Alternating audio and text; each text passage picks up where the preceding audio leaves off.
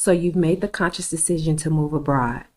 You're about to step out of your comfort zone.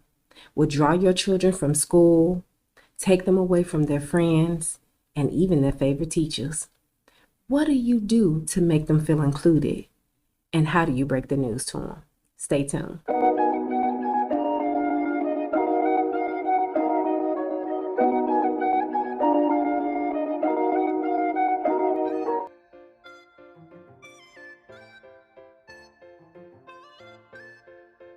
Hey you, welcome back to my channel. I'm Sade Imore. Thanks so much for stopping by.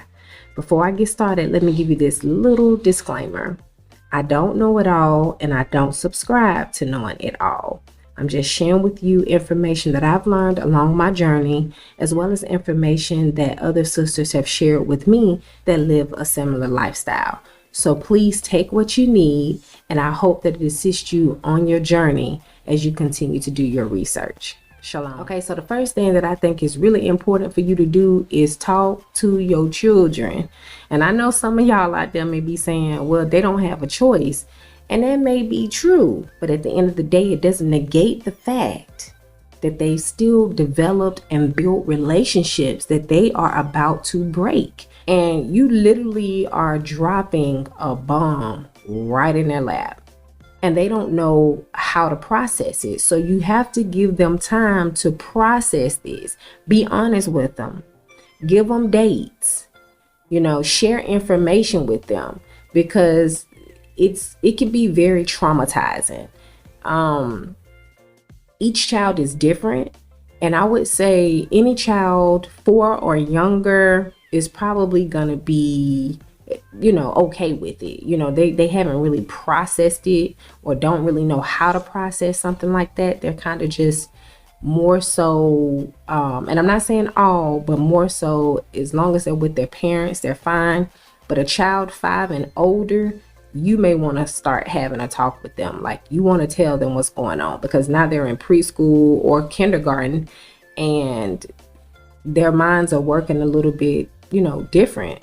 So talk to your kids. Don't be lying to them. Just let them know what's about to take place and work your way through getting them involved, so that way you can lighten that load. The second tip that I think is very important is to allow your children to have a voice.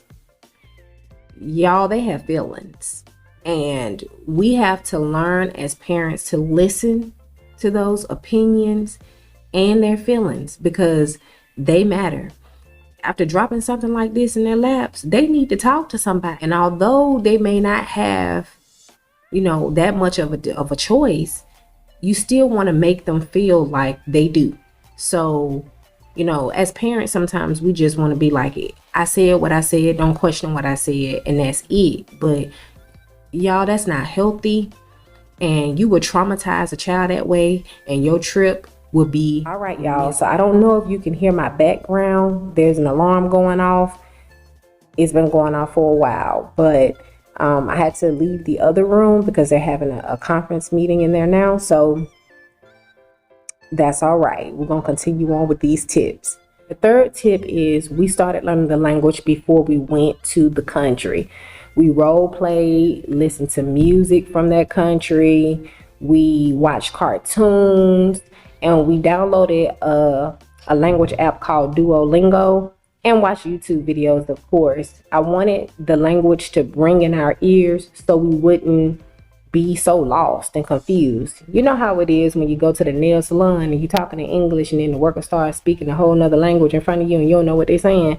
You be completely lost, and it just makes you feel kind of uncomfortable. So I didn't really want them to just be thrown out there into the wilderness. So I worked on us being prepared by just tuning our ears to those key things. It gave us confidence, and I think it makes the locals feel like we're at least trying to know and understand their language. And then at the same time, they don't really know what you know. So yeah, that right there really helped us. And I advise that that's one of the things that you do. Put that on the list. Start learning that language ahead of time. The final tip that I would have for you would be to let your kids get involved. role play, let them pack their own stuff, choose their favorite toys, choose their favorite clothes. And of course, you have to, oversee these things, but let them get involved. It'll make them feel so much better. Jamari surprised the heck out of us. When I tell y'all, he was pulling his own suitcase. He had his little kitty suitcase. He was pulling that thing through the airport. I was shocked. Even when he got on the plane, this boy ain't never been on the plane before, and he literally took the window seat every time. He would say, "Sonic, boom," and then the plane will take off, and he think he didn't it was the best thing since sliced bread to him. So allowing him to be involved, allowing him to see those cartoons and, though the Lion King, and just even though he don't really care for the Lion King, still is just allowing him to get comfortable and see that it was okay. He had a blast, y'all. He didn't complain. He didn't cry. He took them 10 to 17 hour, really it's like 3 hour layovers and stuff like that, but I'm gonna say 10 to 17, anywhere in between. He took those flights and those layovers like he had been flying all his days, and he's nothing but 5 years old. We gotta stop limiting our children and putting fear in them. I know that we gotta teach them how to be, aware and alert when it comes to danger. But at the same time, just because you scared of water, it doesn't mean that child will be. Get that child a teacher. Put them in that water. Let them learn how to swim, because they may just have to save your life one day. And that's what I'm talking about. I took my hands off my children. I stepped back and I watched them. And they showed up and out. Okay? I didn't believe that they would act the way that they acted. When I tell you these children adapted beyond my belief, I just couldn't believe it, y'all. I was so shocked. The oldest stepped up.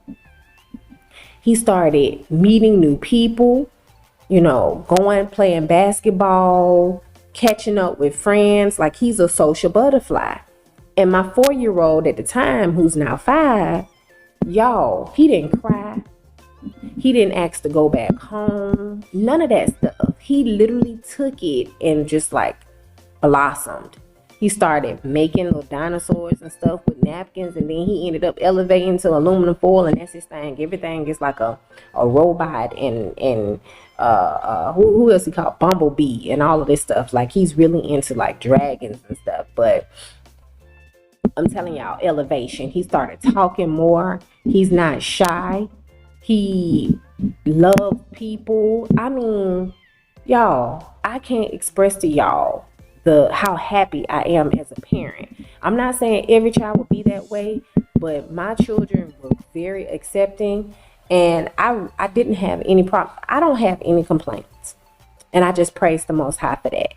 I'm just saying, even if you're worried and you're doubtful, pray on that thing and just do it. Do it, y'all, because y'all kids will really shock y'all. Well, that's all I have for this video. Thanks so much for watching. I'll see you on the next one. Bye.